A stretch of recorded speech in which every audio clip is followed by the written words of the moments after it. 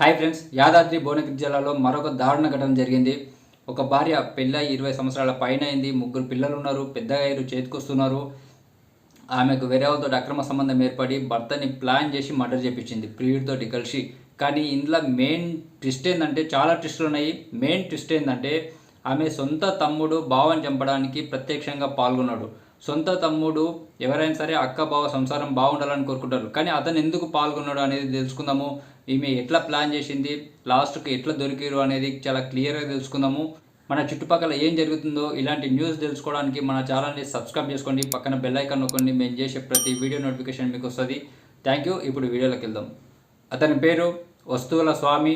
అతని భార్య పేరు స్వాతి. వీళ్ళకు 20 సంవత్సరాల పైన అయింది పెళ్ళయి. వీళ్ళకు 3 పిల్లలు ఉన్నారు. 2 అమ్మాయిలు, 1 అబ్బాయి. అబ్బాయిని మనం చూస్తున్నాం కదా, ఇతనే వాళ్ళ అబ్బాయి. ఇతను మోత్కూర్లో సోనాలిక ట్రాక్టర్ షోరూంలో మేనేజర్గా పనిచేస్తుండు. ఇతని భార్య కూడా ఇతని ఆఫీస్లోనే పనిచేస్తుంది. ఆమె ఇంతకు ముందుకు వేరే దగ్గర పనిచేసేది. ఆ పనిచేసేటప్పుడు ఆ షాప్ పక్కనే ఒక మార్బుల్ షాప్ ఉండేది. ఆ మార్బుల్ షాప్లో సాయి కుమార్ అనే వ్యక్తి అందులో పనిచేసేవాడు. అతనికి ఈమెకు పరిచయం అయింది. ఆ పరిచయం కాస్త వివాహేతర సంబంధానికి దారి తీసింది. అతనికి పెళ్ళయింది. ఇది జరిగి ఒక 7-8 సంవత్సరాలు అవుతుంది. మధ్యలో అతనికి పెళ్ళైన తర్వాత ఇద్దరి మధ్యన గ్యాప్ వచ్చింది. లాస్ట్ మళ్ళా ఒక 2-3 మంత్స్ బ్యాక్ నుంచి వీళ్ళకు మళ్ళీ పరిచయం ఏర్పడింది. ఆ పరిచయం అనేది వీళ్ళు ఫోన్లు మాట్లాడుకోవడము, కలవడము అవన్నీ కూడా స్వామికి తెలిసి అతను ఈమెని బాగా తిట్టడము, అట్లా చేయొద్దు అని చెప్పి మందలించడం అటువంటివి చేస్తున్నాడు. అయితే వీళ్ళ మధ్యన బాగా పంచాయతీలు అవుతున్నాయి చాలా రోజుల నుంచి. మొగడు నన్ను ప్రియుడిని కలవనిస్తలేడు, ఎట్లా చేసి అతన్ని అడ్డు తొలగించుకోవాలని చెప్పి సాయి కుమార్ తోటి ప్లాన్ చేసింది. దీనికి వాళ్ళ తమ్ముడు సాయం చేసిండు. తమ్ముడు ఎందుకు సాయం చేసిండంటే, అతని పేరు మహేష్. అతను ఆత్మకూరు మండలంలో టీ షాప్ నిర్వహిస్తున్నాడు. అతనికి పెళ్ళి అయింది. అతనికి 2 భార్యలు ఉన్నారు. పెద్ద భార్య పేరు సబిత. అయితే ఆ సబితకి ఈ స్వామికి అక్రమ సంబంధం ఉంది అని చెప్పి కొంచెం పుకారు ఉంది. Even as the main accused and it was the wife of the deceased. Then Vastubala Swami, who's the deceased, he was working as a manager at Sonalika Tractor Showroom. He is also having a illegal relation with Savita, who's wife of A3. So the wife of the deceased is having an extramarital relation with A1, and the deceased is having an extramarital relation with the wife of A3. అది మహేష్కి తెలిసి మహేష్ బాగా కుమిలిపోతున్నాడు. బావ కావాలి, ఆమెకేమో వరుసకు అన్న కావాలి. ఇట్లా అన్న ఉండి నా భార్యతోటి అక్రమ సంబంధం పెట్టుకుండు అంటని చెప్పి ఎట్లా చేసి దీన్ని ఆపాలి అంటని చెప్పి ఇట్లా మందలించిండు. ఆయన వినలేదు. వినకపోయేసరికి బావ మీద కక్ష పెంచుకున్నాడు. ఎప్పుడు టైం దొరుకుతుందా, ఎప్పుడు చేద్దామా అన్నట్టు బావ మీద కక్ష పెంచుకున్నాడు. దాంతో వీళ్ళ అక్క ప్లాన్ చేసింది కదా, అక్కకు సహాయం చేసిండు. ఇప్పుడు 3 కలిసి ప్లాన్ చేశారు. స్వాతి, వాళ్ళ తమ్ముడు మహేష్, లవర్ సాయి కుమార్, 3 కలిసి ప్లాన్ చేశారు. దీన్ని ఎట్లా చేసి అతన్ని లేపేసేయాలి. అతను లేపేస్తే నీ ప్రాబ్లం సాల్వ్ అవుతుంది, నా ప్రాబ్లం సాల్వ్ అవుతుంది. ఈ అన్ని ప్రాబ్లమ్స్ సాల్వ్ కావాలంటే అతను ఒక్కడు అడ్డు తొలగిస్తే సరిపోతుంది అని చెప్పి ప్లాన్ చేశారు. కానీ ఇది బయటికి రాకుండా ప్లాన్ చేయాలని చెప్పి బాగా ఆలోచన చేసి ప్లాన్ చేశారు. అయితే ఆ రోజు వాళ్ళు ఎట్లా ప్లాన్ చేశారు అంటే, ఆదివారం రోజు అంటే జూలై 13 తారీఖు నాడు స్వామి వాళ్ళ ఊరతను వాళ్ళ ఫ్రెండ్ వీరబాబు అని ఇద్దరు కూడా ఒక పంచాయతీకి పోయి బీర్లు తాగి వచ్చారు. సాయంత్రం 5 గంటలకు వచ్చారు. స్వామి స్నానం చేస్తున్నాడు. వీరబాబు స్వామి వాళ్ళ అమ్మతోటి అన్నం పెట్టించుకొని తిన్నాడు.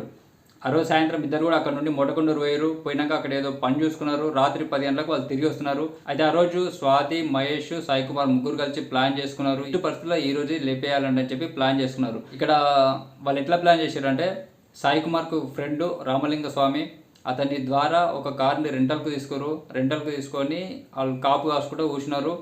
స్వాతి మొగన్కి ఫోన్ చేసి లొకేషన్ పెట్టించుకుంటుంది. లైవ్ లొకేషన్, నువ్వు ఏడొస్తున్నావు, ఎప్పుడు వస్తున్నావు అని చెప్పి కొన్ని అనుమానం ఉన్నట్టుగా కొంచెం లొకేషన్ పెట్టించుకున్నది. అతను లొకేషన్ పెట్టిండు. అతనికి తెలియదు కదా ఇదంతా, లొకేషన్ పెట్టిండు. అయితే అతను వచ్చేది మొత్తం లొకేషన్ కనబడుతుంది కదా, ఆ లొకేషన్ అనేది మహేష్కు, వాళ్ళ తమ్ముడైన మహేష్కు పంపించింది. ఆ మహేష్ ప్లస్ సాయి కుమార్ ఇద్దరు కూడా కారులో వస్తున్నారు. కాటేపల్లిలోని బ్రిడ్జ్ దాటంగానే బావని ఆ బైకుని వెనక నుంచి గట్టిగా కుద్దినాక అది కొంచెం 50 మీటర్ల అంత దూరం కారుకు తట్టుకొని ముంగలికి రాసుకెళ్ళింది. అయినా కూడా చావలేదు అని చెప్పి మళ్ళీ డౌట్ వచ్చి మళ్ళీ రిటర్న్ వచ్చి మళ్ళీ వాళ్ళ మీదకి ఎక్కించినట్టుగా తెలుస్తుంది. యాక్సిడెంట్ అయినాక చుట్టుపక్కల వాళ్ళు ఆ రోడ్ పొడితే వచ్చిపోయే వాళ్ళు చూసి వీళ్ళు ఇప్పుడే యాక్సిడెంట్ అయింది, బతికే ఉన్నాడు అని చెప్పి వీరబాబుని, ఆ స్వామిని ఇద్దరిని కూడా భువనగిరి హాస్పిటల్కి పంపించారు. అయితే స్వామి స్పాట్లో చనిపోయిండు. వీరబాబు తీవ్ర గాయాలతో ఉన్నాడు. అక్కడ నుండి వీరబాబుని గాంధీకి పంపించారు. దీన్ని చూసి అందరూ యాక్సిడెంటే అనుకున్నారు. సోమవారం ఇంటికి వచ్చి మధ్యాహ్నం వరకు అందరూ యాక్సిడెంటే అనుకున్నారు. కానీ వాళ్ళకి వచ్చిన చిన్న అనుమానం ఏంటంటే యాక్సిడెంట్ అయినా సరే కానీ ఏ వాహనం కొట్టింది అనేది తెలుసుకుందాం అని చెప్పి వాళ్ళ బాబాయి, వాళ్ళ తమ్ముడు వాళ్ళందరూ కలిసి అక్కడ ఉన్న సిఐ తోటి మాట్లాడారు. పోలీసులు కూడా మంచి కోఆపరేట్ చేసిరు. సరే అని చెప్పి సీసీ కెమెరాలు అవన్నీ చెక్ చేసిరు. స్విఫ్ట్ కారు కొట్టింది అని చెప్పి చెక్ చేసి చూస్తే ఆ స్విఫ్ట్ కారు అక్కడ దగ్గరలోనే ఒక మామిడి తోటలో పడేసి వెళ్ళిపోయారు. వాళ్ళు పారిపోయారు. అంటే దూరంగా ఉండవాలి కార్ని, అక్కడనే మామిడి తోటలో వేసిపెట్టి పారిపోయారు. ఈ కారు ఎవరిది అని చెప్పి ఎంక్వైరీ చేస్తే ఆ కారు ఓనర్ని పట్టుకొని అడిగితే ఇతను వేరే వాళ్ళకు రెంటల్కి ఇచ్చిన నేను అని చెప్పి సాయి కుమార్ పేరు చెప్పిండు. సాయి కుమార్ని పట్టుకొచ్చి గట్టిగా 4 తలిగిస్తే అప్పుడు చెప్పిండు ఇట్లా మొత్తం ఇది యాక్సిడెంట్ కాదు, హత్య, దీని వెనక ప్లాన్ ఇట్లా ఉంది అని చెప్పి ఇట్లా ఎఫ్ఐఆర్స్ ఉన్నాయి, 2 ఎఫ్ఐఆర్స్, అందుకని చెప్పి అతను చంపాల్సి వచ్చిందని చెప్పి అతను క్లియర్గా చెప్పిండు. అప్పుడు పోలీసులు వచ్చి వాళ్ళ ముగ్గురిని కూడా అరెస్ట్ చేశారు.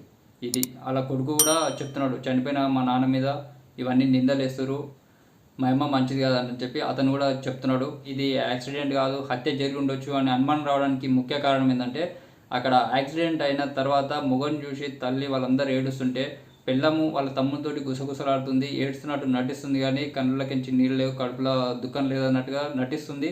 వాళ్ళ తమ్ముతోటి మళ్ళీ గుసగుసలు మాట్లాడుతుంది. అంతకుముందుకే వీళ్ళ మధ్యన బాగా గొడవలు అవుతున్నాయి. ఇవన్నీ దృష్టిలో పెట్టుకొని ఆమె ప్రవర్తన చూసి ఏందో అనుమానంగా ఉంది, వాళ్ళ సైడ్ వాళ్ళు వేసి ఉంటారు అని చెప్పి వాళ్ళ బాబాయికి డౌట్ వచ్చి పోలీసులకు చెప్పిండు. ఇది యాక్సిడెంట్ ఎట్లా జరిగింది అని చెప్పి విచారణ చేయాల్సి వచ్చింది. ఆ విచారణలో భాగంగా వీళ్ళు దొరికిరు. ఈ మధ్యన రోజుగా ఇట్లాంటివి జరుగుతున్నాయి.